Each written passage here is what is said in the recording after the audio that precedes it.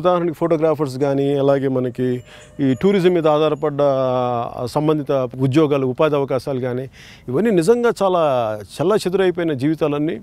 ఇలాంటి సమయంలో ప్రభుత్వం అట్లీస్ట్ ఒక ప్రయత్నం అనేది చేయాలి. మనకి ఫోటోగ్రాఫర్ సమస్యలు ఉన్నాయి, లేదంటే వీళ్ళ ఇలా సంబంధిత అన్ని రకాల సమస్యలు ఉన్నాయి.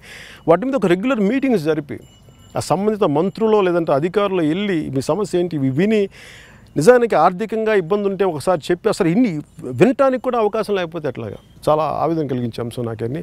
సో ఒక పొలిటికల్ పార్టీకి మేము కూర్చొని మేము ఏం చేయగలం, మేము కూర్చోబెట్టి ఆ సమస్యను 10 మంది దృష్టికి తీసుకెళ్ళగలం, ప్రభుత్వం మీద ఒత్తిడి పెట్టగలం, ప్రభుత్వ యంత్రాంగం మీద వాళ్ళ దృష్టి పెట్టేలాగా మేము మాట్లాడగలం.